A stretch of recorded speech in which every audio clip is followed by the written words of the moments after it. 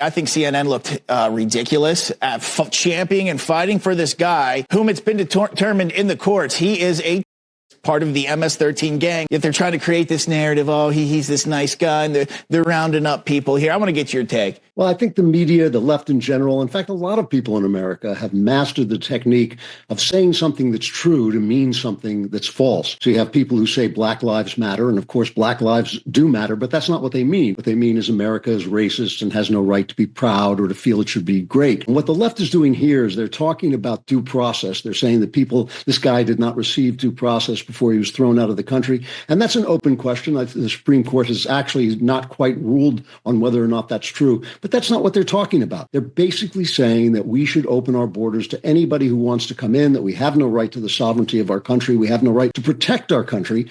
And all of this time, because you always have to put what the media says to Trump, you always have to put it in context with the way the media treats Democrats. Through the entire Joe Biden administration, I didn't hear one single reporter ask Biden this simple question: why is it good for Americans to have their borders open?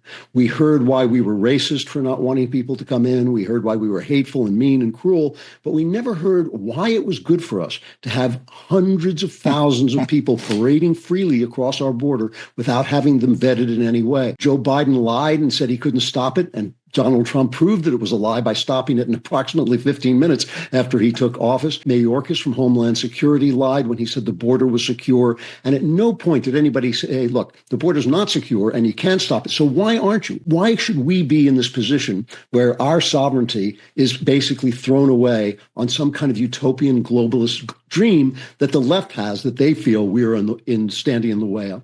And so I just feel it's so false and so fake. Look, Steve Miller is a brilliant guy and probably the most articulate of Trump's supporters, and I love the way he operates.